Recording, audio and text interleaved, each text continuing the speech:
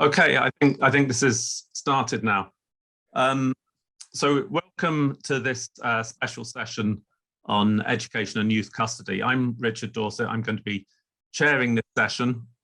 We're going to be hearing 4 papers, and these all originate from a project funded by the Nuffield Foundation.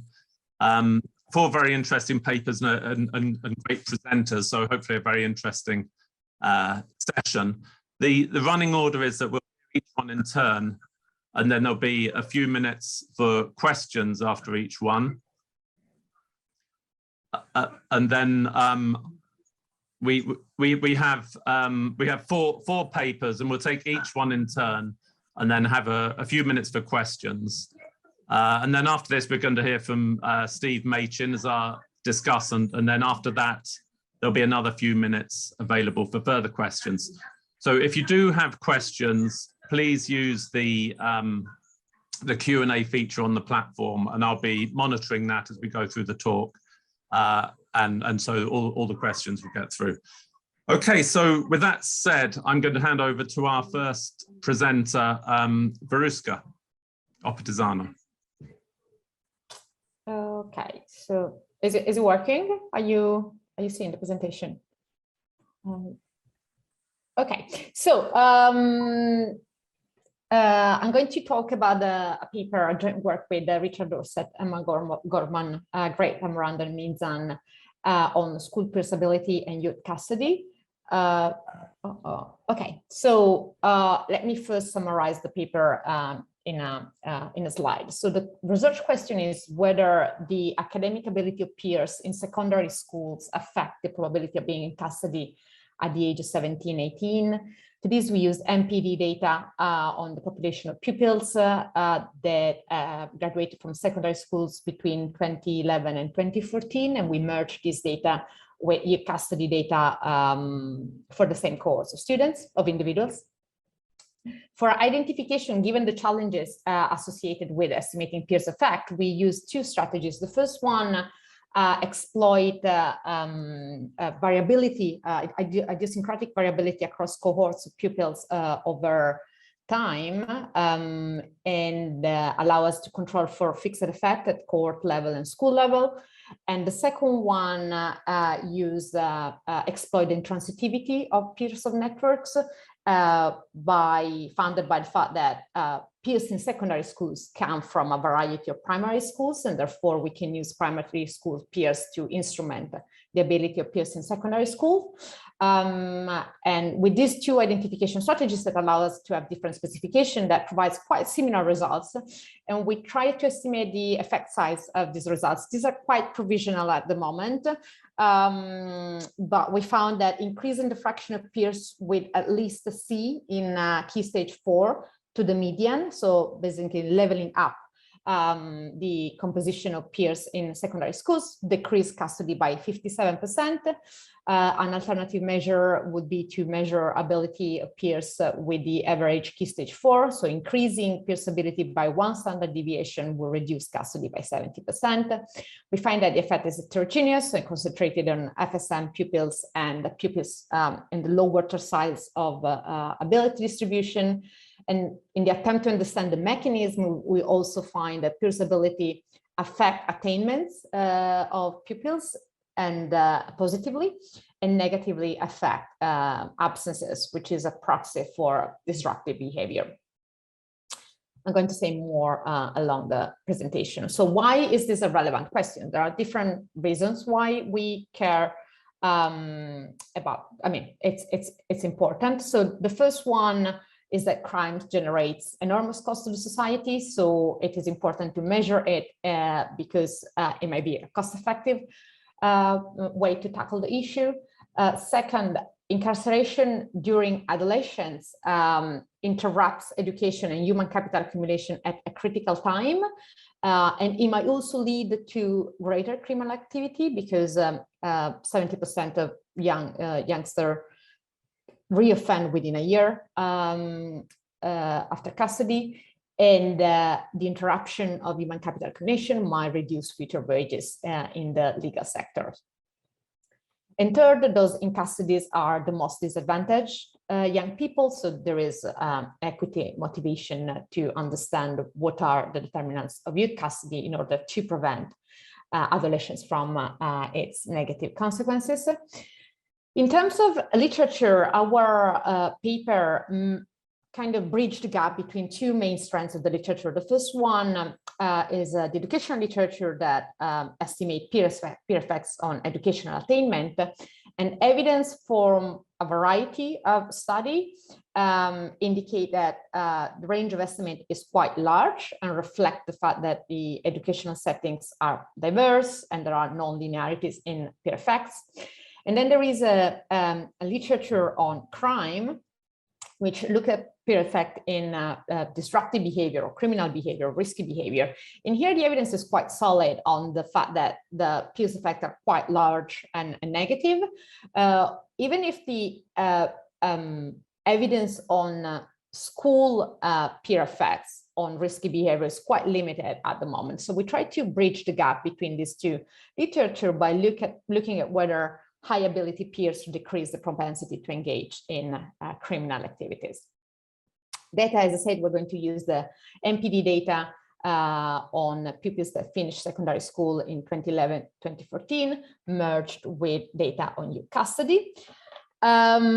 So as I mentioned before, the two main issues are self-selection and reflection. So self-selection has to do with the fact that individuals have some degree of choice over which school to enroll and with whom to associate, and therefore correlation between individuals' behaviors and peer characteristics might reflect some unobservable variable that might also be associated with the outcome of interest.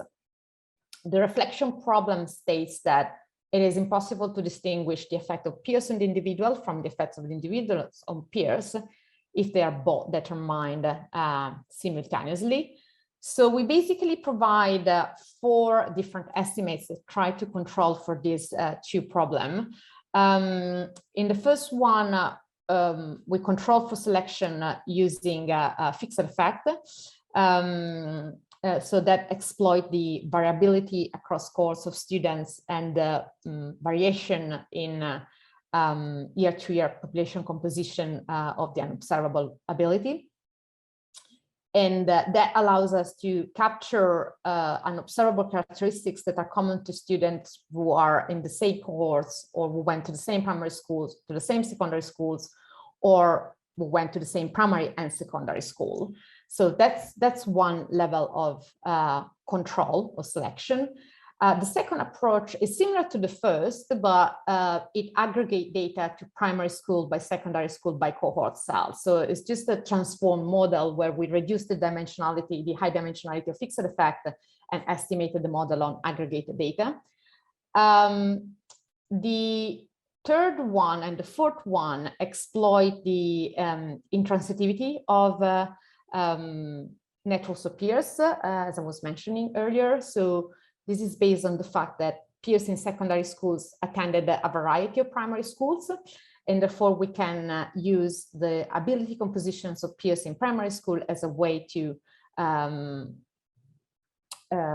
measure or instrument peers' ability in secondary schools once we exclude the peers in primary school that went to the same primary schools as individual of interest. So here we have a first IB specification that only use the peer-to-peer strategy, and then our fourth preferred specification add to that some sort of fixed effect control. But because fixed effect have the issue of being endogenous, as the characteristics of the individual are included in the fixed effect, we replace fixed effect with the aggregate leave one out mean of characteristics that are relevant at secondary school level. So the full specification is our preferred one because it allows to control for both selection and reflection. There is a typo here. It's reflection.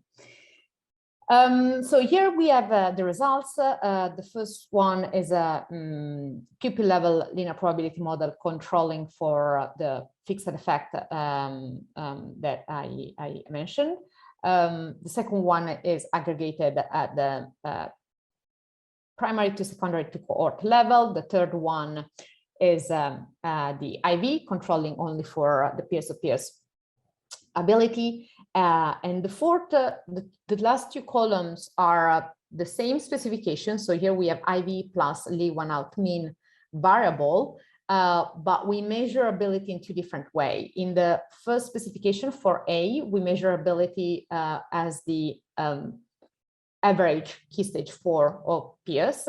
In the second one for B, we measure ability as the fraction of peers with at least C in secondary school. So what we can note from this table is that estimates are all negative and significant. So there is a negative impact of peers' ability on the probability of experiencing custody. Then using our preferred specification number 4, we explored how these impacts vary across individuals type, and we find that the effect is concentrated among FSM pupils and pupils in the lower third of the key stage 2 distribution. Then we try to estimate the true channel through which this impact might arise. So the first one has to do with the fact that being surrounded by higher ability peers increases the individual's own educational attainment, which might increase the opportunity cost of criminal behavior, or might also improve decision-making skills. The second one has to do with the fact that higher attained peers are themselves more likely to be better behaved and therefore less likely to engage in risky behavior. So to understand which mechanism is at play here, we replace the dependent variable with educational attainment, maths and English, and with two measures of disruptive behaviors, which are unauthorized absences and permanent exclusion. And the results in this table indicate that peers' ability has a significant and positive impact on attainment, both English and math, and a significant negative impact on absences, but not on exclusion. So this suggests that the peers' ability might reduce youth crime through the positive impact that it has on educational attainment, the formation of decision-making skills, the reduction of the opportunity cost of crime, more than through the reduction of disruptive behavior. Then we try to assess the impact, which is a bit challenging here because we have a linear probability model. So in this table, you can see the one as the impact row indicate what's the reduction, the percentage reduction in youth custody associated with each model. Our preferred one is the fourth one, where we include the broad IV and aggregate leave one out mean variable. And what we find is that an increase in 1% in the standard deviation, increase by 1 in the standard deviation of peers' ability, reduce crime by 70%. The second measure has to do with increasing to the median the fraction of peers with grade C, and that would imply a reduction of 57% in youth custody. So these are very large estimate, actually, even if we need to notice that an increase in one standard deviation in the ability of a group is quite a big change. We also estimated the same effect with Probit, which is not the model that we used in this analysis, and hence why it's just as an additional measure, but it allows to have the outcome variable bounded between 0 and 1. And the estimate sizes are more moderate. There is a 30% reduction for one standard deviation increase in peers' ability and a 14% decrease in youth custody for an increase of peers with at least a C in the composition of peers in secondary schools. Conclusion, so it's important to understand that what are the determinants of youth custody in order to prevent adolescents from the negative consequences associated with it, and that's what we try to do in this paper. The limitation is that we're looking at the short time horizon because this youngster graduate at the age of 16, and we look at the outcome at the age of 17, and it's also conditional of being caught committing crime. It's hard to disentangle the effect of peers' ability from other peers' characteristics. So we have a measure here that might also include some determinants, of some behavioral determinant, but the effect that we find is quite large. So increasing the fraction of peers with at least C to the median level decrease custody by 57%, and increasing peers' ability by 1 standard deviation would decrease custody by 70%.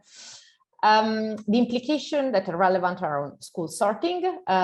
So by changing school sorting and decreasing the segregation of pupils, that might actually have a positive impact on crime reduction by allowing pupils to form more virtuous peer networks.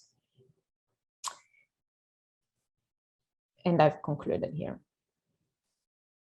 Great, thanks very much, Vriska.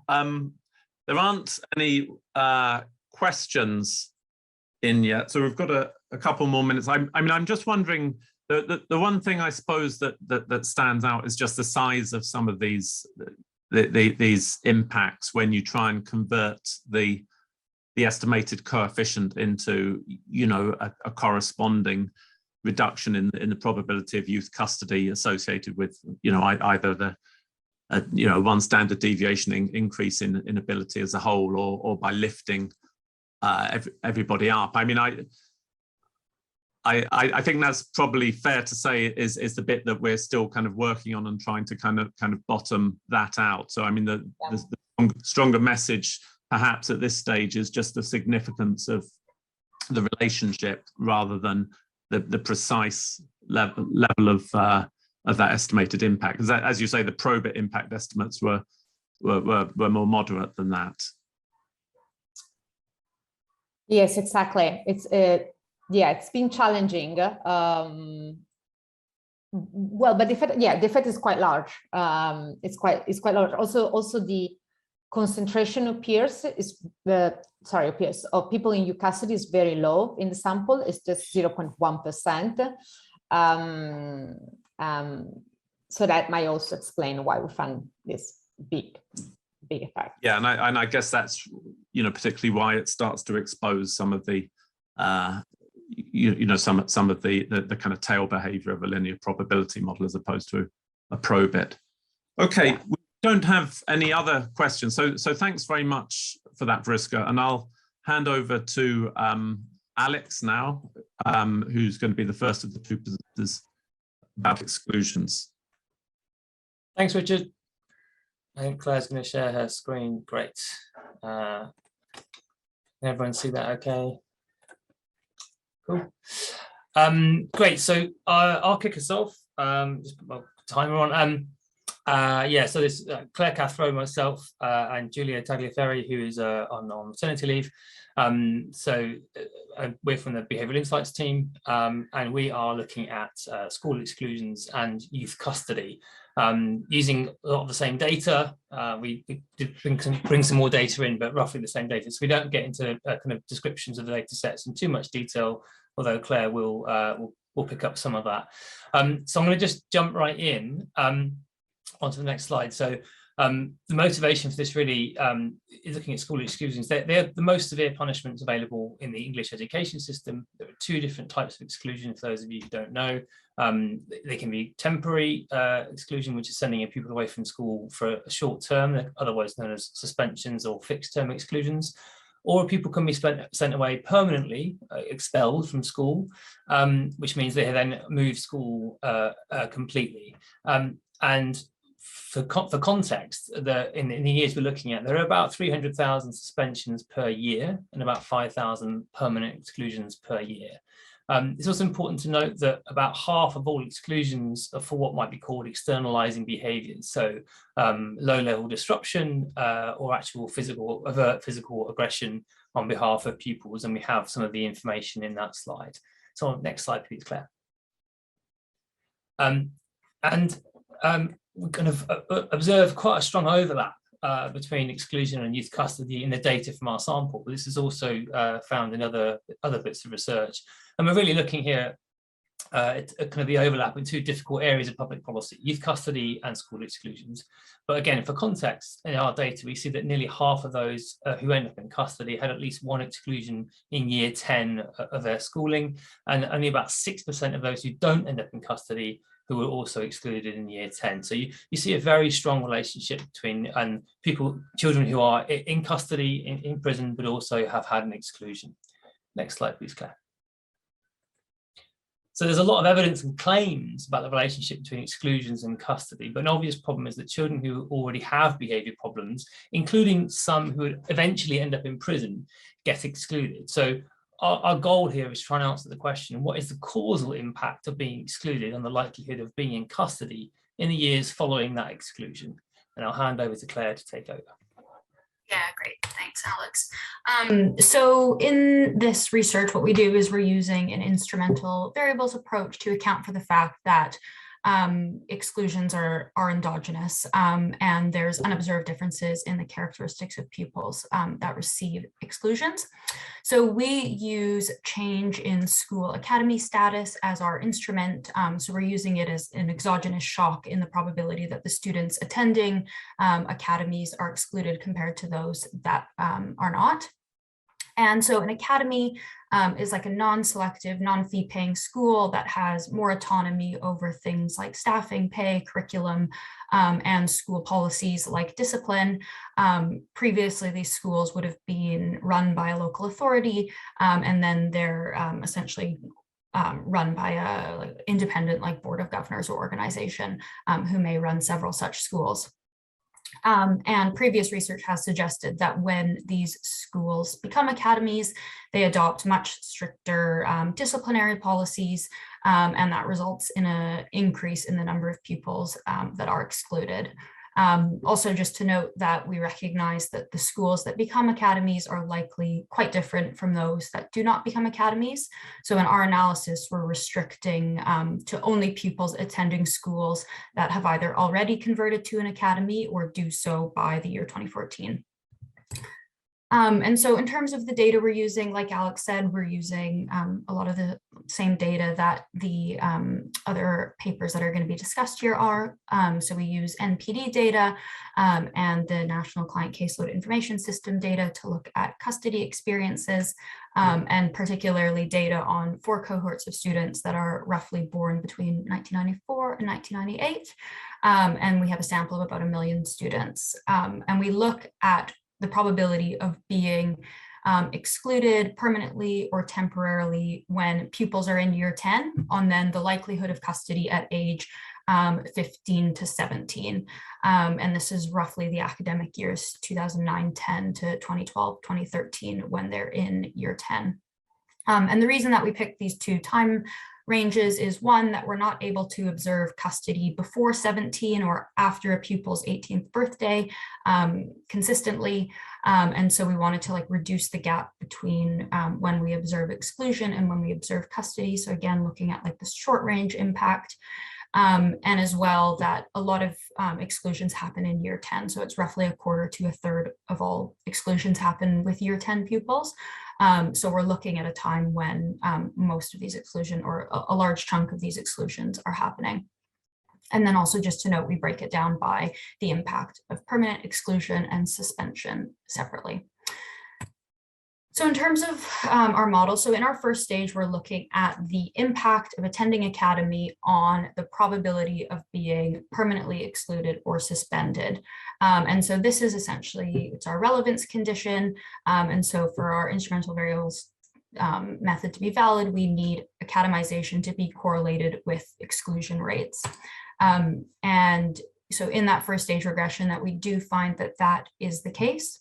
So being a year 10 pupil in a school after it converted to an academy increases the probability of being excluded, and it's statistically significant regardless of if we look at permanent exclusions or suspensions. So the effect on suspensions is about an increase of 2.6 percentage points in the number of students temporarily excluded, and for permanent exclusions it's a 0.1 percentage point increase, and both of those are statistically significant at 1%. So those results, together with like high F statistics that we see, reassure us that academization is in fact a strong predictor or a strong instrument for the probability of receiving an exclusion. So then our second stage, we then look at what is the predicted probability of, what's the impact of the predicted probability of exclusion that we get from our first stage model on custody. So essentially what we're doing is we're looking at the impact of exclusion on custody using only the variation in exclusion, which is due to a student attending an academy, rather than the variation in exclusion that's endogenous. And again, in this second stage, we do find that exclusion in year 10 affects the probability of custody ages 15 to 17. So receiving a suspension in column 3 increases probability of custody by 1.3 percentage points. That's statistically significant at 5%. And there's an even larger impact of permanent exclusion on the risk of custody. So it increases probability of custody by 33 percentage points. And again, that is statistically significant at 5%. So this is evidence that there is an impact of exclusion on custody, and I'll hand back over to Alex, who's going to run us through kind of the implications and what that means. Thanks, Claire, that was great. Yeah, so to summarize, based upon our analysis, we'd argue that exclusion presents a small but non-ignorable increase in the risk of criminality and thus later custody. You don't go to prison for trivial offences, at least not anymore. And so it's important to kind of understand this relationship. And this is, as far as we know, one of the first times anyone's really looked at this in this way. If you want to just bring up the first set of results, Claire. So just to quickly summarise, just to, again, make this more real, we estimate about 26 more pupils per 1,000 receive permanent exclusions or suspensions than if their school had not academized. And to kind of make that, again, more real, that's about 13,000 additional pupils excluded from about 500,000 attending academies in the years we study. Next bit, Claire. And then an exclusion of any type in year 10 leads to a higher chance of prison between the ages of 15 and 17. And this is we have quite a difference in impact between permanent exclusion and suspensions, but both of which matter substantively for pupil outcomes. Do you want to move on to the next slide, Claire? So we know there are some limitations to the work, and we can kind of address this in future research, but it's worth just talking through those very quickly. One of the most important issues we face is that both custody and school exclusions are fairly rare events, which makes it hard to study them. In terms of the robustness checks we've conducted, we see some kind of marginal impact on significance levels, but that could be a power problem. You could kind of address that for using more cohorts of pupils. We lose quite a lot of observations at some point due to data merging. So there's a risk of selection bias, which we acknowledge. We have no data on custody before 15 or after 18. So, we know that we have a window on what's happening, but not the complete picture. And again, that should change as administrative data becomes more and more available. In relation to the academy change itself, lots of things might change when schools become academies. And it's possible for academization to impact on the probability of custody directly, which if it does, it would violate the exclusion restriction, which we have given some thought to. We just had to recognise that it could, we don't think it is happening. I should also go back and say that on the first point about the rare events, since about 2000, the youth custody population has declined in England and Wales, has declined by about 80%. So even against a strongly declining background trend, we still see something, which again, we're kind of reassured by. And I think that's also something that's really important for us to be thinking about in terms of interpretation and the relevance for the work in the future. Do you want to put on the next slide then, please, Claire? Okay, so the relevance for kind of policy, we think there are a few things to take away. It's, again, pretty banal to say that school behaviour policies and justice outcomes are linked. It seems that that's the case from this. We think it needs to be factored more explicitly into decision making around behaviour policy in schools and enforcement. Why does it matter?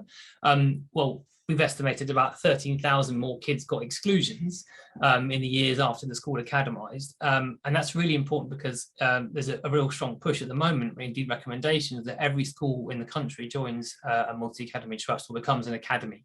If that then also leads to large increases in exclusions, then we end up costing the public purse money in other ways. And we just need to be thinking about that when it comes to the policy making. Factoring in the cost of this is also important, and a shift in a policy that's strongly towards more exclusions may well lead to increases in criminal justice interaction, and that's really what we're trying to get at with this and try to understand it. We think there's also a case for more support earlier, particularly in high excluding schools and areas. The rationale for this is purely an economic one in some respects, and that the cost of custody is much larger than the cost of providing additional support to pupils. For reference, the annual cost of custody is between about £75,000 and £210,000 per place, depending on the type of institution. So that would buy a lot of additional support. We could be spending that money on upstream interventions in schools. And we need to test out more ideas. The evidence base for what else schools can do to prevent exclusion or improve behaviour is pretty thin, but that should start to get better. But as an example of like how thin the evidence is, the only systematic review on the topic in relation to preventing school exclusion looked at about 500 studies that matched their search criteria, but only four studies out of all of them showed anything were promising in being able to actually improve behaviour and reduce exclusion.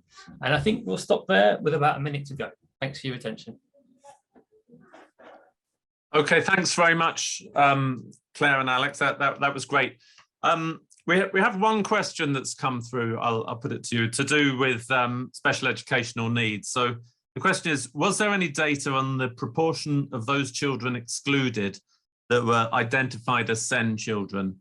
And a kind of follow on to this, were academies more likely to exclude a SEND child than others? So we didn't, in fact, look at the link between exclusions and SEND status, or that like interaction effect in terms of like academization. We do control for SEND status in our regressions, but I think, yeah, there's likely a lot of, you could conceivably see that academies potentially treat SEND students differently. And that would be, I think, a valuable area to look at in future research. Yeah, and that kind of I think the DFE statistics, annual statistics, reflect that kind of basic difference in the likelihood of disciplinary sanction for SEND students. But yeah, we haven't looked at it in detail for that subgroup in the study.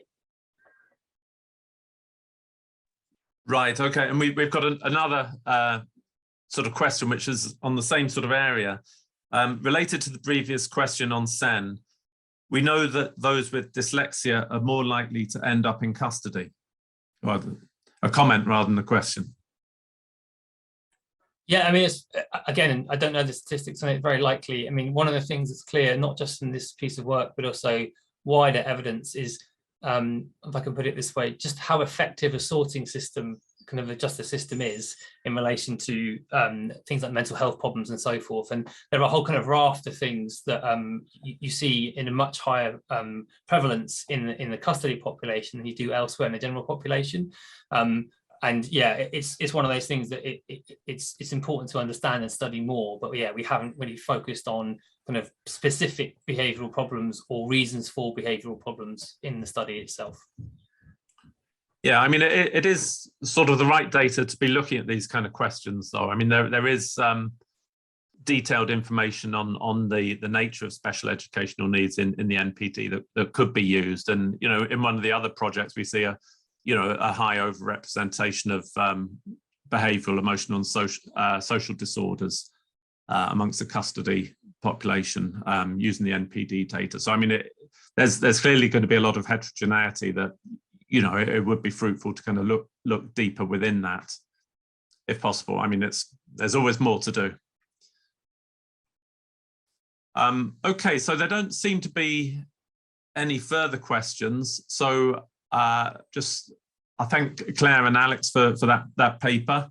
And next up, we have I think it's Matt now, isn't it? Matt Dixon talking about participation.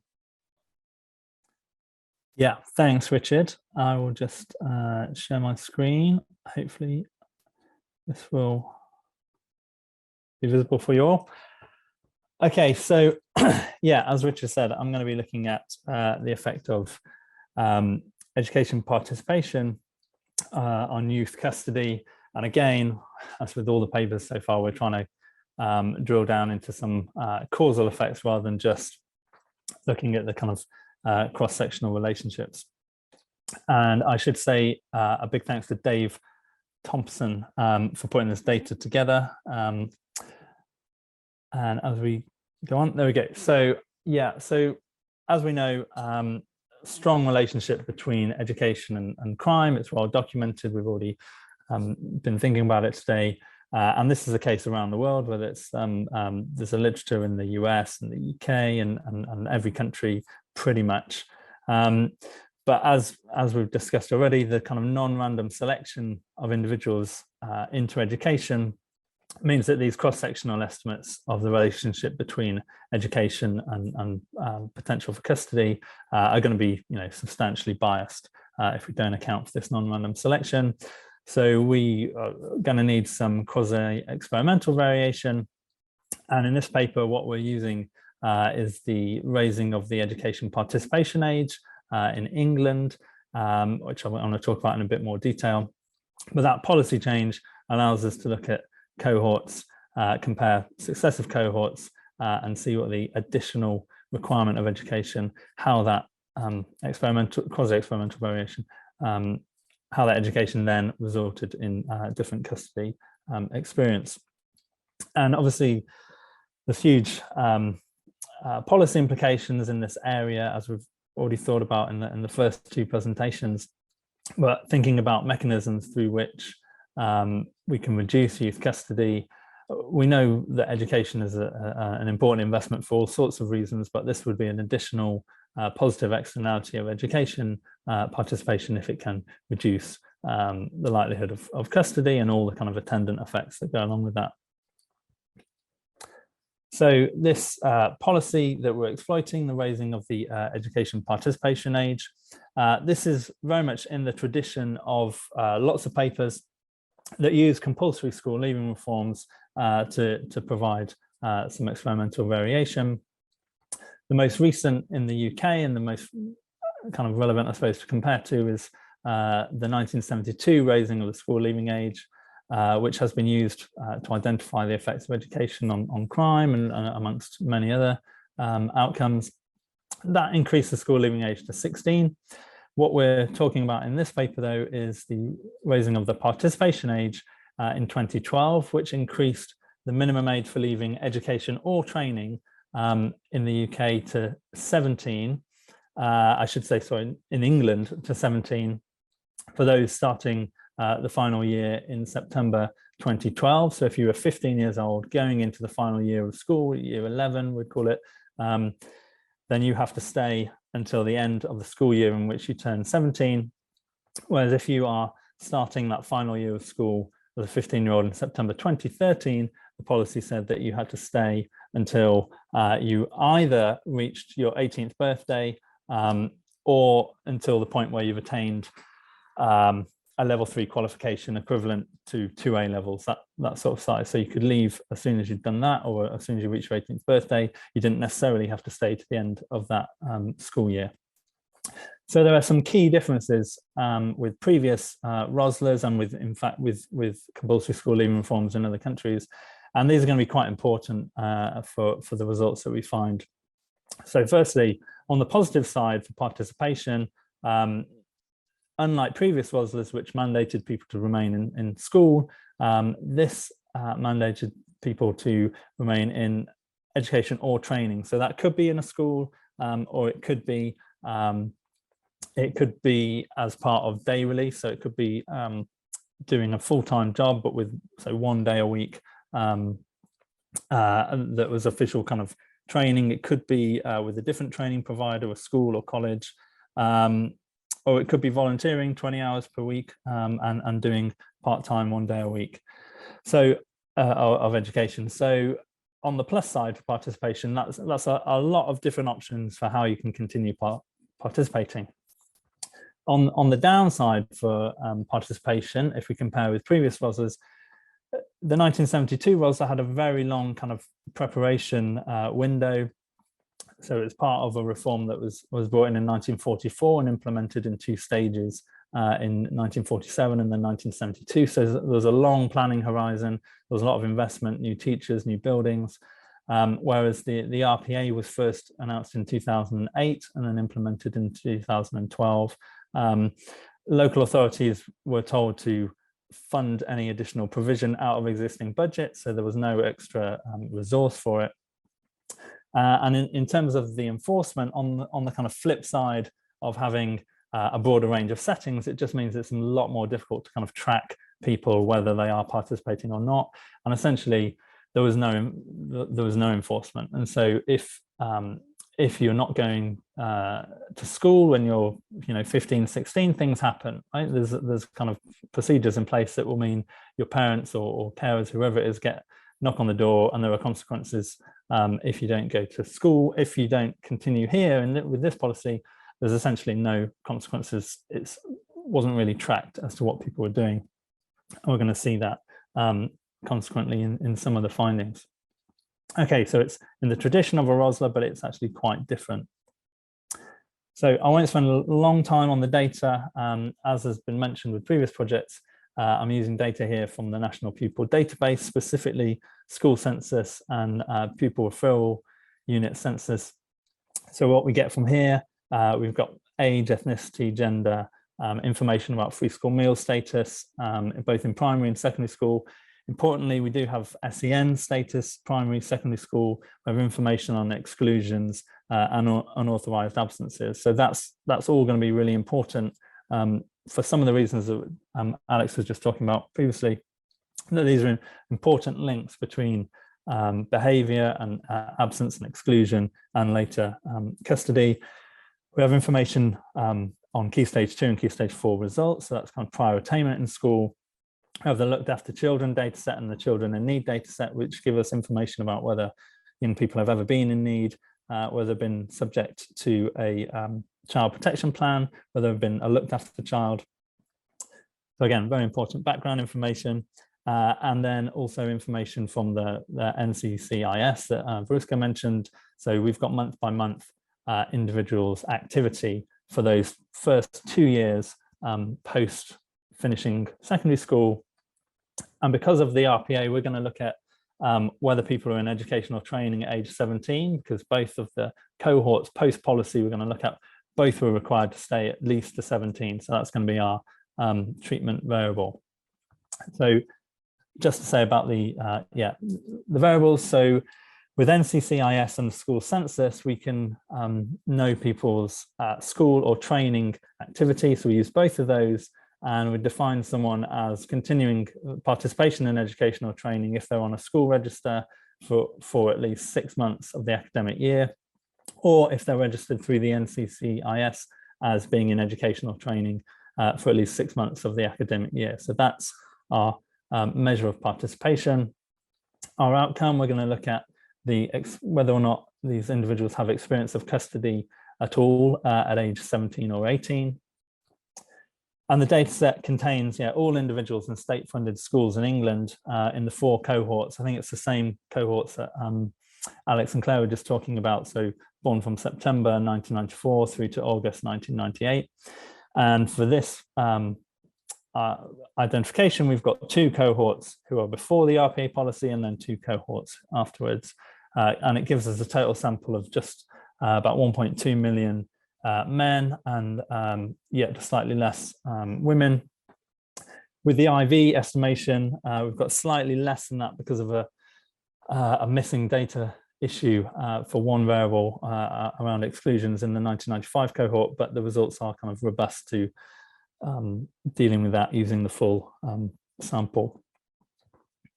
Okay, so in terms of empirical approach, the structure of the data and the policy makes a kind of regression discontinuity approach a kind of natural first look at it. So exploiting the discontinuity in participation induced by RPA. I'm going to use a local linear regression with a 24-month bandwidth.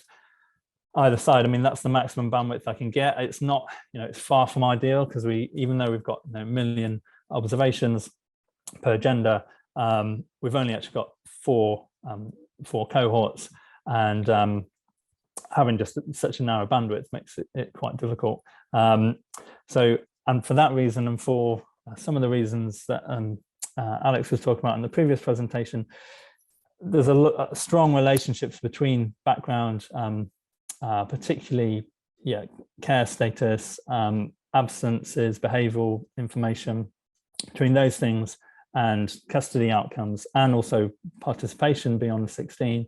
And so even though we've got the population of students in England, even though we feel like this is ideal for like a regression discontinuity, those variables aren't actually that balanced between the cohorts, and so it's important to kind of take account of that. And so the instrumental variables approach I'm going to spend a bit more time on, because that is a bit more robust to dealing with these differences. Very standard here setup where we have, well, I'll show you the OLS just for comparison, and then the IV first stage where we're using our RPA instrument for continued participation, and then using our predicted participation in the second stage of the IV. So data-wise, as I said, we've got just over 1 million, 1.2 million men. And again, as I'd already mentioned, it's a very small risk of custody. It's about 0.4% of our sample experience custody at age 17 or 18 amongst the men. For women, it's an order of magnitude lower. It's 0.03%. And for the rest of the talk, I'm just going to show the results for men, because it's a much, well, relatively a much more of an issue in terms of custody. And in terms of education participation or school participation as well, it's about 82% of men continue at age 17, and about 34% of that is in school. And if we just look at the pre and post RPA in these other columns, you can see that actually custody has been falling from about 0.478 to about 0.329% of the cohort. And at the same time, education participation has increased, and as has participation in school. So I'll show you that visually. So here's the change when we have, so September 1996 birth month, that's the key for when people become affected by the policy. And you can see in terms of participation in education and training, there's not really, it's been increasing, and then you don't really see any kind of discontinuity there, although it does increase. Similarly for participation in school, again, there's slightly more, the lines make it look slightly more like there is a bit of a discontinuity there, and we are going to find a significant effect, but it's, as you can see, it's not a kind of very obvious discontinuity. And in terms of the outcome variable, the kind of proportion experienced in custody, we can see this downward trend that's been going on over the kind of 4 years of the data, the 4 cohorts. And if anything, it looks, if you blur your eyes and looked at the dots, you wouldn't think there's any discontinuity. Putting the lines on makes it look like, if anything, there's been a kind of slight bump up. But again, it's a very low probability event, and it's important to control for the characteristics. So that's why the IV results are going to be a bit more robust. So moving on to those results before I run out of my time. The RD estimates, you can see we get a reduced form estimate of the effect of RPA on custody of actually a positive and kind of marginally significant estimate. Nothing going on in the first stage in terms of education and training participation. So we get this kind of very imprecise estimate of an actual effect of participation on custody. If we go to the kind of IV framework, so if you look at the top left, the reduced form, basically we're finding if it's not significant anymore, but still there's a kind of estimate of a very tiny increase in custody as a result of the RPA. And that's going to mean, all of our results are going to be basically zero, no effect. first stage, we do find this increase in participation, about 1.7 percentage points increase in education participation at age 17, but it doesn't have any effect. It's not because of a weak instrument. We've got very high F stat there, but essentially because we're not seeing any change in the outcome as a result of RPA, we end up with no significant effect there. Whereas the OLS, we see this very strong effect of increased participation, reducing probability of custody. I'm just going to skip over the results for kind of participation specifically in school in the interest of time to get to some robustness. But essentially, it's the same sort of story that we do get a first stage increase, but the reduced form obviously is the same. And so we end up with no significant estimate of participation on the outcome. How robust are the results? Not very. To summarize, they were robust to whether we look at continued participation or years of participation, whether that's in school or whether it's in education and training. It's sensitive to controls, but essentially, sorry, where are we? Yeah, so essentially adding in controls does change the first stage effect, but it remains about 1 percentage point increase. The reduced form is kind of flipping between positive and negative. It's very much like the zero effect, as we saw from the picture. And I've started to look into ethnicity and other different groups to see if there's some heterogeneity there. It doesn't seem to be any effect for black males, whereas for white males, we get pretty similar results to what we saw in the overall results. A very quick summary then, that we do find this effect on participation, quite a small effect, essentially zero effect on custody. In terms of implications, so essentially the policy had very little impact on continued participation for young people. It's about, I don't know, 1.5 percentage points. So it's not completely negligible. And given that actually we could have had a potential group of about 10%, it could be maybe 15% of the possible compliant group. So it's not completely negligible. But the lack of enforcement suggests that it's likely that it's essentially the voluntary participation. So the compliers were essentially voluntary. So again, likely to be selected, likely to be those least at risk of custody. And the implementation of the policy led to that small effect. And essentially, we need to have a better offer for people to voluntarily continue, or otherwise, we want to get these young people who are disengaged with education to continue voluntarily, and then that is likely to potentially have a positive effect on custody. Okay, sorry, I know I've gone slightly over there. I'll stop there. Thanks, Matt. No, you haven't gone over at all. The timing's spot on. Okay. So yeah, thanks very much for that. We don't have any questions on it. I mean, just an observation, I suppose. In what you take away from these results, and anyone should feel free to pitch in on this. But I mean, it seems to be the main issue that it was a kind of relatively poorly implemented, perhaps, or poorly enforced, but also difficult to understand policy relative to the ROSLAs that preceded. So that, I mean, is there a lesson here about, what the kind of nature has to be of these interventions if they are going to achieve the aim of kind of increasing engagement? Yeah, absolutely. I mean, I think a colleague of mine has done some qualitative work on this, and essentially, yeah, the issue is that, the young people who are leaving school at 16, their first choice is to leave, right? And so you implement a policy that doesn't have, isn't really kind of funded. There's no kind of, here's some additional options, here's something to try and engage people, retain them in the education system.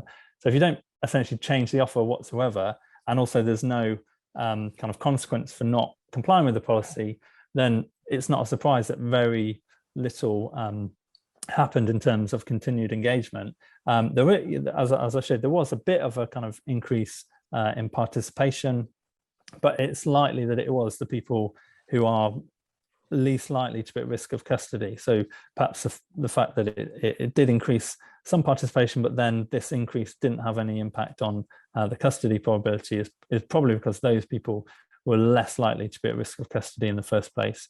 And so I think it's really the key, I think, for implementing such a policy is that you need to make sure that there's an offer there that is attractive to people to retain them kind of voluntarily within the education system. And that just hasn't happened in England so far. We have one question that's come in actually from Sanchicha Vujic from Antwerp. That's trouble. Could you actually look at the effect of the quality content of additional years of education participation on youth custody or other outcomes? I think that would be, really important if we could do that, to look at, okay, who are the people that increased their participation? Where did they continue their participation? Was it in school? There's some suggestion here that, school participation did increase. But yeah, understanding what people were doing and where they were doing it, I think that would be something that perhaps might take a bit more of a kind of qualitative approach, but because I don't know if we have that data other than knowing that they're in education and training. But I think, yeah, that would be important to understand. Yeah. Okay. Well, thanks for that. Well, we are out of time for your slot now. So thanks again, Matt. I'll ask Sandra to present now on qualifications in custody. Okay, thank you very much, Richard. I'll just share my screen. I hope everyone can see it all right. Okay, so this is work with Steve Machin and with Jennifer Ruiz Valenzuela. And in this paper, we're interested in the relationship between school qualifications at GCSE and youth custody. So by way of background, but as been mentioned by other speakers, the causal relationship between education and crime is established and is often explored using changes in compulsory school laws. And much of the work focuses on crime measures that do not result in incarceration, like arrests or convictions. But we investigate the link between education, GCSE grades, and the probability of entering youth custody. So youth custody, the outcome we all have in common in the papers in this session. As Matt has just said, a very small number of young people enter youth custody between age 16 and 18, about 4 in 1,000 males, and hardly any females. So our project is only going to focus on males. They spend an average of 7 months in youth custody. That is very costly. It was in 2011 about £5,000 per month to keep somebody in youth custody. More importantly, it seems to be associated with very negative outcomes in the longer term for the young people who spend time there. So we are hindered in a project in a way that we didn't really foresee before we started, because the majority of people who end up in youth custody are not entered or fail their GCSEs in these subjects in maths and English.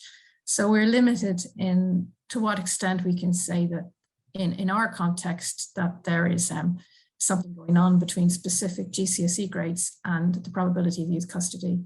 And a lot of the what I'm going to present is quite descriptive. What do we learn? Regression results are certainly consistent with educational achievement being a factor in why people end up in youth custody, although we don't claim causality. But our results strongly suggest that both low achievement and youth custody are correlated with severe vulnerabilities, some of which are measured in our data, and we suspect much is not measured in the data. For example, 75% of students ending up in youth custody had been identified in school as having special educational needs, and most often with a statement or school action plus, so indicating that their special needs are actually quite severe. One interesting insight from this project is that we see difficulties in emerging or becoming more evident in adolescence.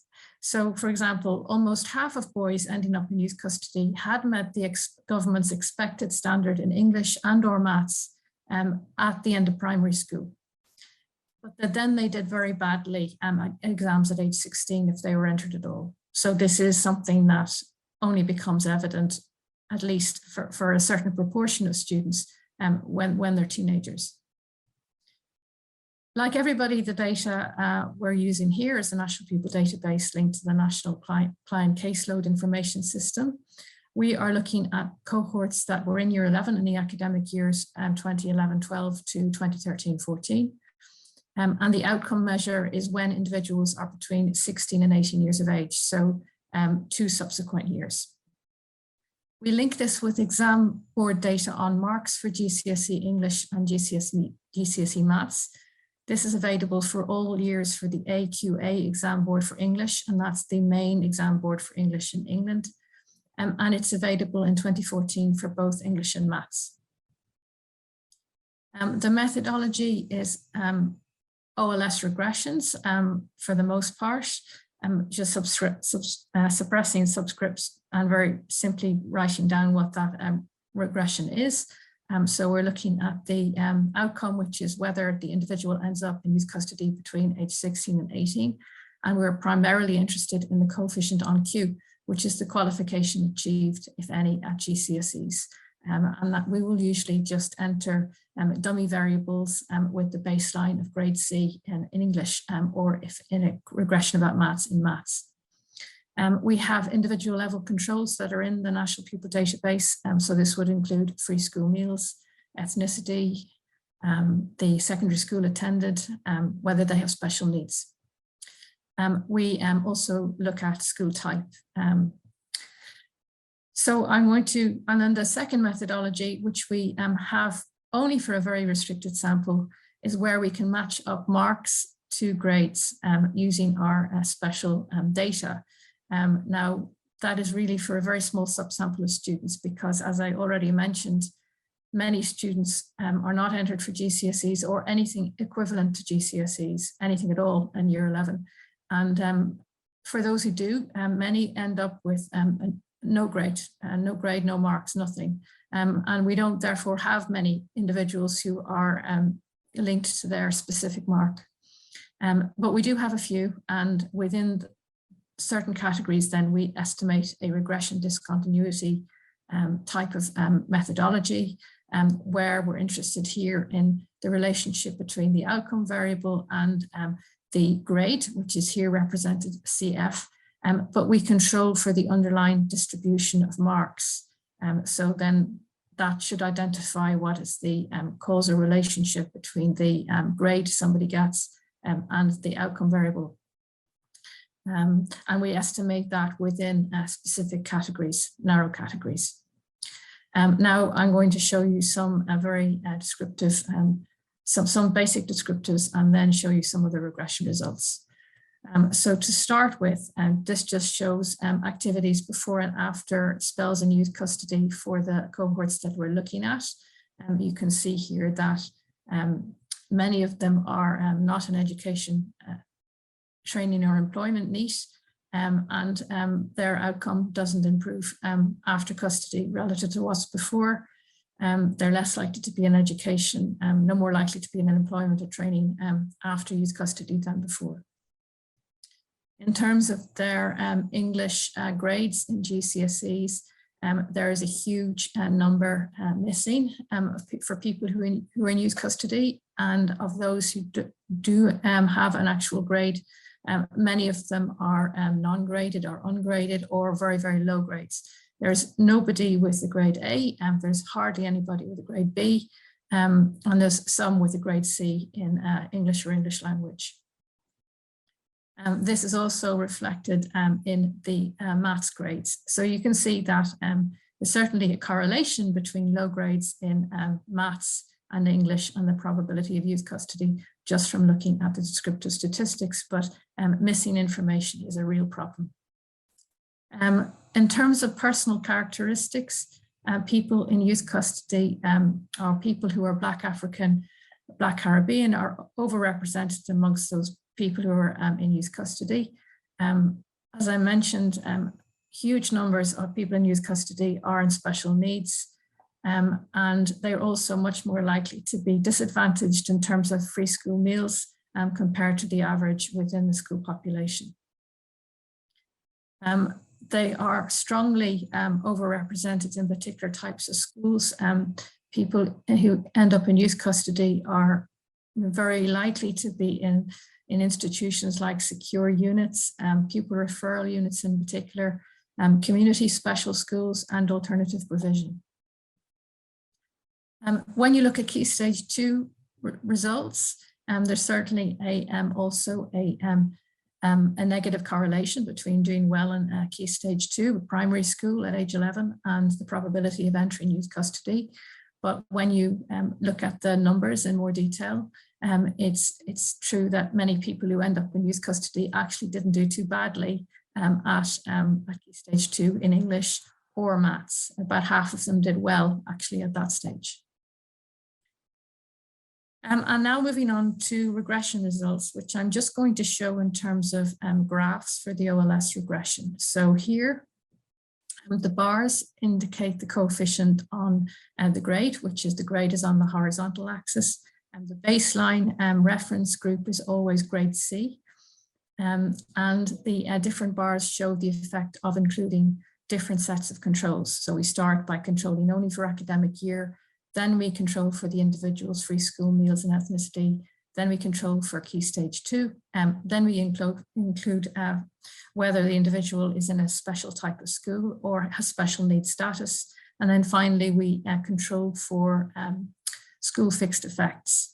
So insights from this are that we can account for the relationship between particular GCSE grades and youth custody entirely at higher grades like grade D and grade E. There is no relationship between getting a grade in those subjects relative to a grade C once we include some very basic controls.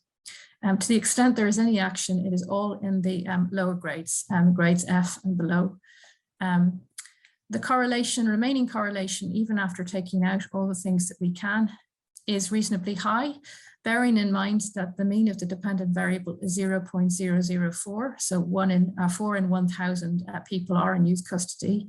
The actual magnitude of the coefficients when you put in all the controls are very high relative to that. It's very unlikely to reflect causality. There is very likely to be other things that are going on. But it would be plausible to think that some of the relationship, for example, between getting a pass, which would be grade G or above, compared to something below that, maybe some of that is causal, but you really couldn't say that with huge confidence based on the analysis that we have. We simply don't know how important our omitted variables are. There's a very similar picture with maths, GCSE and youth custody as well. And then when we look at the regression discontinuity results, really there are so few people in youth custody with a mark that our results are underpowered to detect small effects.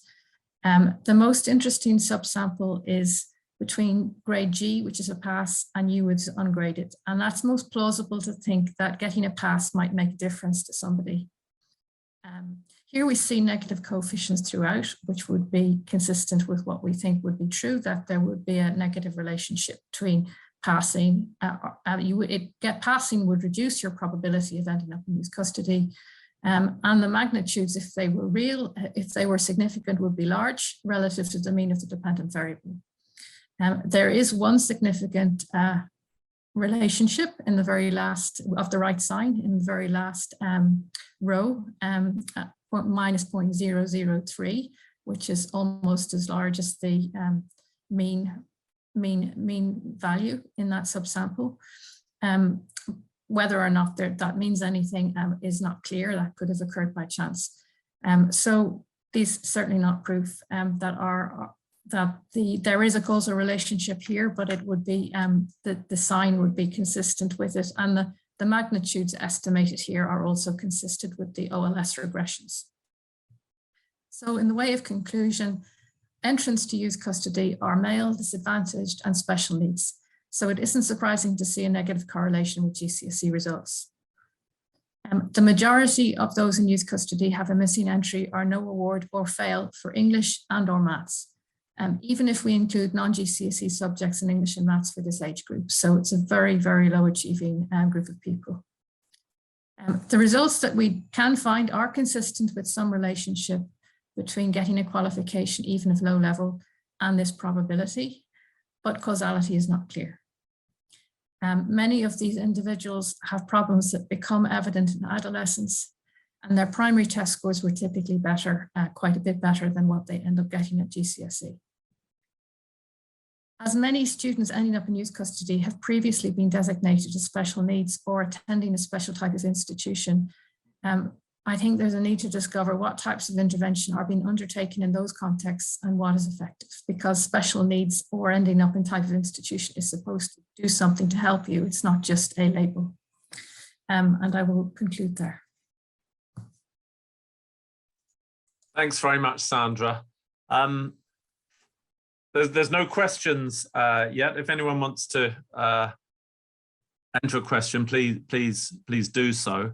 I mean, to me, it almost raises as many questions as it answers, doesn't it? I mean, it's quite tantalizing, that effect that you do have on the GU discontinuity. Whether it's plausible that getting a G rather than a U is intuitive, whether it's likely to make a difference. I mean, do you have a view on that, or is there any way to kind of explain that? I think it's plausible to argue that passing is better than not passing, and that might get you some sort of job. Mightn't be a very good job, but it might help you just do something after school, and it might also help your confidence if you pass your GCSE. And that's of course only looking at maths, and maybe they've passed other subjects as well. So I think it's plausible that there could be some causality there, and it does matter. Just passing when you're somebody, if you're somebody who's a lot of vulnerabilities and a lot of special needs, it might matter to just pass your GCSE. So I think it's plausible. I just don't think that the evidence we're able to get at in the work that we've done is extremely convincing on this, for reasons that we can't do anything about. Yeah, and is there any sort of anything that can be done to kind of probe this? What happens in early adolescence to kind of change the situation where the custody and non-custody populations look quite similar in terms of their key stage? Actually, I don't think there's any point in doing more with this data on this question. I actually think that the numbers are so small that you need to have specially designed work, survey work, I think, for those populations, and get into a bit more detail, or you do some qualitative work as well to really get at those things. I think it's just one of those areas where administrative data might just have limitations. Might reach its limit. Okay, well, thanks very much for that. So now, if I can hand over to you, Steve, to act as discussant. Okay, thanks. I'm going to share my screen as well. Hopefully we can get it up there. Okay, right. You see that okay? Hopefully you do, yeah? Yeah, we do. Okay, yeah. Good, okay. So I was asked to be a discussant on this extremely interesting session that we've just heard about here. So just a quick overview. The papers that are presented here are 4 of the papers that are in a Nuffield Foundation project with lots of different research teams associated with it, including more work than the 4 papers that have been spoken about here. But the 4 we've heard about today are about peer effects and youth custody, school exclusion and youth custody, education policy broadly defined and youth custody, and GCSE performance in youth custody. And what I would first say is I think it's great that the RES has put this on the programme, because it really is something that we don't know much about from an economic perspective, and it's a really important issue for youth. This and so I think actually, not least because the economic costs of crime are so high, and because the costs of running the institutions that people get placed into when they're placed into custody are extremely costly to run as well. So what I'm going to do is just give a few general remarks And then I'm going to just give, I haven't got much time, and there's 4 papers, and I'm going to give a few specifics on each of the papers. Okay, so this is an important issue at the extreme end of youth inequality for this small group of people who get placed into custody. It's extremely relevant now because of the big cuts to youth service funding that have taken place. Also, and this is a key feature, I think, that's relevant to all of the papers and the outcomes they're looking at. It was mentioned by Alex, and you could see in a narrow window the drop in Matt's talk as well. There has been big falls in numbers of people, numbers of youths who have been incarcerated in youth offender institutions in the past decade. I think it's dropped by about 80%. Since the London riots, I think it's dropped by about 80%. And this is important in the sense that it's actually left the people who have been placed in the youth offender institutions as very much the kind of hard to reach core of more serious offenders. So the vast majority of people who are now spend some time in youth offender institutions are typically about violent crime and robberies. And the group that might have been there in the past, and I'll come back to this as we go through, isn't being placed in these institutions. But we know that youth crime hasn't fallen by 80%. And so, there's a kind of important issue here about where they're placed. And so I would actually urge all of the, to the extent that they can, and you'll see some of my comments speak to this, I would urge all of the researchers to think about where that group that would have been placed in these institutions 10 years ago are now. And of course, they're in some education institutions like pupil referral units and so on. Okay. So education, of course, and education policy are, there's quite a sizable literature out there now showing this is a critical dimension for crime. I guess one issue we would think here is age of onset, which would seem to be particularly important for youth offenders. We know that sort of crime age profiles tend to peak at about in the later teenage years or the early 20s. But this group who are going to be placed into custody, their age of onset is obviously going to be earlier. And so it's kind of interesting to see, think about that, and think about the timing of when the onset of crime actually occurs. And so, of course, education policy, through whichever route you might think about, we've got lots of evidence now in the economics of crime literature that it may be because education is actually productive, more education is actually productive and generates higher income, which stops people participating in crime. Or it may actually be the incapacitation in the school or learning institution rather than prison that matters. And there may be dynamic incapacitation effects that can come about from that as well. So the role of education really here is potentially pretty important.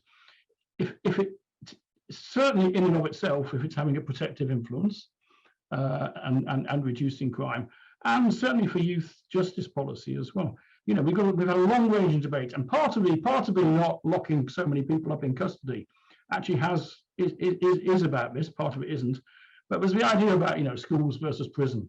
And the idea about restorative justice, but rather than punitive justice, and what should be the best kind of way about thinking about it. And of course, education is a critical feature which goes through all of the talks in this session, that's related to the restorative justice route. So going on to youth custody policy, this has been a big issue for a long time. I just mentioned schooling institutions versus prison institutions, ranging back in time to the notorious ball stalls that were there before, and the subsequent forms of youth detention that we've had in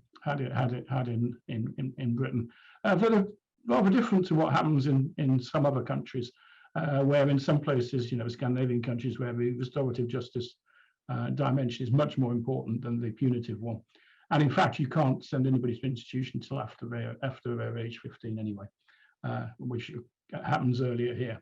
So I think one critical thing here, given this decline that we've seen in the number of offenders in institutions, is actually how is youth custody policy operating? So we've got the young offender institutions that are run by the prison service and in some cases by private companies, or sometimes as a public-private partnership between the two.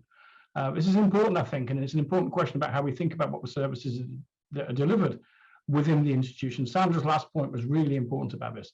but what's going on in terms of education being provided in these institutions is really important, and trying to evaluate that may well be an important feature of potential crime reducing effects of education.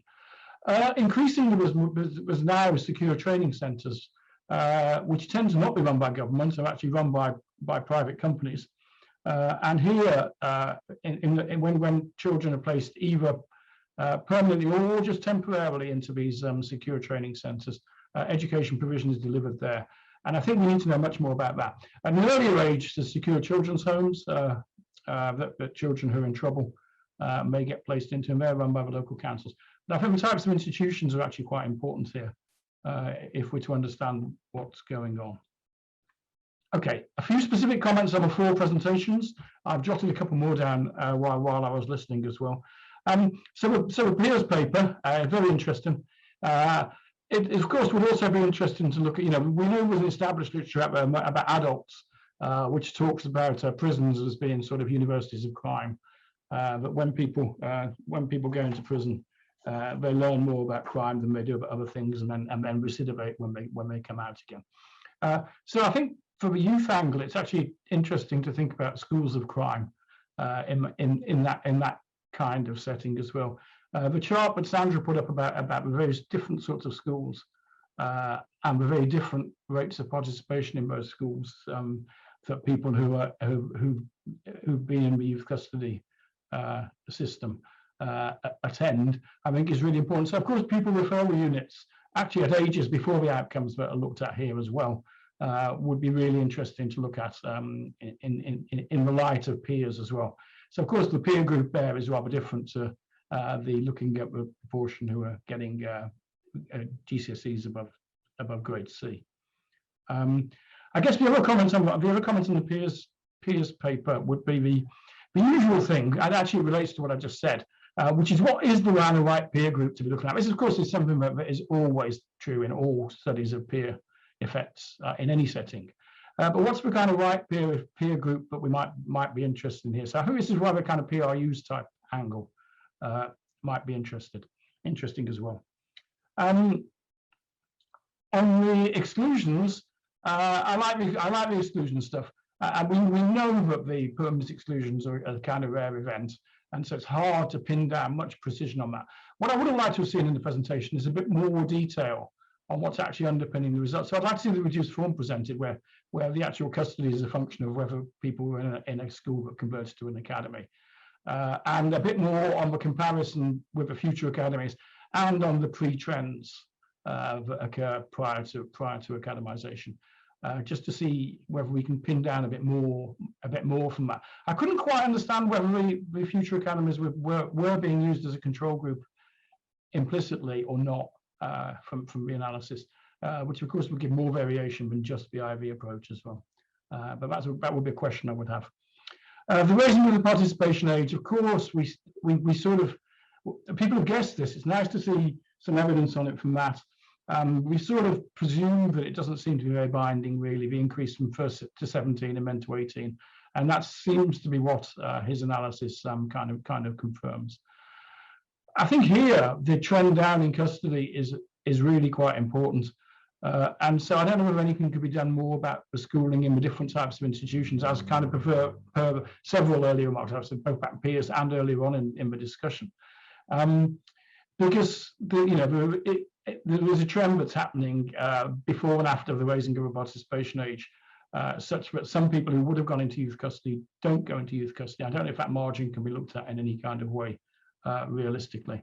I don't know if I should comment on the 4th one, given I'm a co-author, but the thing that I think is very striking is the process of entry to the examinations for those who are in custody and the type of institution, because the key thing really, the big driver is people not being entered into exams. So of course you can't even get a pass or even unclassified if you're actually not entered into the exam, and that seems to be very important, I think, for that. And whether that differs across the different types of institutions and the different forms of custody that people might be in actually while they're taking their GCSEs as well. I think this is sort of what Sandra was saying in her concluding remark. I think we need to know more about that. Anyway, that's my comments. I hope they're useful. As I say, I think it's really interesting. Because it's not something we know that much about, and we do need to know a lot more about it, especially given that cost of youth crime is so high, and not just in the cross section, but throughout people's lives that follow as well. And so I think it's really important that this kind of work gets done, even though we are talking about rare events. They are important events because they're right out at the end of the distribution of youth inequality. Okay, thanks. Great, thanks, Steve. That was fantastic. We don't have any comments or questions come through on the platform yet. So I think maybe the thing to do is to ask the presenters to, if they'd like to respond to any of the points that Steve's raised. I mean, maybe if you're okay with that, I'll start with you, Veriska, on the peers paper and just work through in the order that we presented everything. And there's 4 minutes left of the session. So I'll be quick. Yeah, no, so I understand it's an important question, like with what the peers are associated with, but unfortunately with the data we have, we cannot really pin that down. So we only identify the cohorts of people that went to the same secondary school, and we cannot go like at the class level that might be more precise in terms of association. So I think our impact is related to the fact that the peer group is quite a large peer group with all the cohorts of secondary school peers. Great, thanks, Veriska. Alex and Claire, did you want to come back on the exclusions comments? Yeah, sure. I don't think Claire and I don't think we fully understood what Steve meant about future academies. And what we were doing basically, that we used the universe of schools that changed to academies, and those that had not yet changed were the comparators. And Claire can tell me if I'm wrong on that. So yeah, we didn't look at that. And on the reduced form, Claire, do you want to come back on that? I don't think we presented it. We didn't present it, but yeah, I can't remember off the top of my head the reduced form estimates, but that's certainly something we can go back to and make sure we have. Yeah, I mean, it's, the reduced form is of interest in and of itself, even not with the IV thing. I mean, many of the crime education papers now really hone in on the reduced form only, because it's still telling you about what the policy dimension might be for affecting crime. Yeah. Okay, Matt, did you have any response to Steve? No, just to say, yeah, completely agree that in this project, we don't actually have the ILR data, which we could do with, but hopefully can work on, because that would then tell us a bit more about what people are doing. So we see that people are shifting into school a little bit rather than other forms of participation, but we don't know. We just have like other training and participation. So it'd be good to be able to kind of dig into that and see, because I think that's really important to think about the people who would otherwise have been in custody. Where are they? Are they in the NEET group? Are they participating in college or something? But yeah, that's something I'm going to try and get data into. Yeah, I think the learning institutions is really important here, because if you looked at Sandra's chart on when not being entered into the exam, that fourth spec, which is the one that gets the school types in there, really wipes out quite a lot of the variation. And so I think it's really critical. And if it is these disadvantaged schools and there's massive segregation of custody prone children in there, that seems to be the margin we want to be looking at on this stuff, I think. Right. Okay. Absolutely, thank you. Let me just bring Sandra in now. You'll have been having these conversations with Steve anyway, I'm sure, but is there anything you'd like to sort of just share? No, I mean, just to say, no, Steve's right. We do need to think about whether there's types of institutions that, systematically don't enter people into exams, and, how important that is. I think that's a valid point. Right, okay, well, I think we have about 30 seconds left on this. So just to thank everybody for really great papers, and Steve for your very kind of thought-provoking discussion of it, and to thank everybody for joining the session. Thank you, Richard, for sorting it all out as well. You're welcome. Thanks, Richard. Cheers. Thanks, Bye-bye. Steve. Cheers.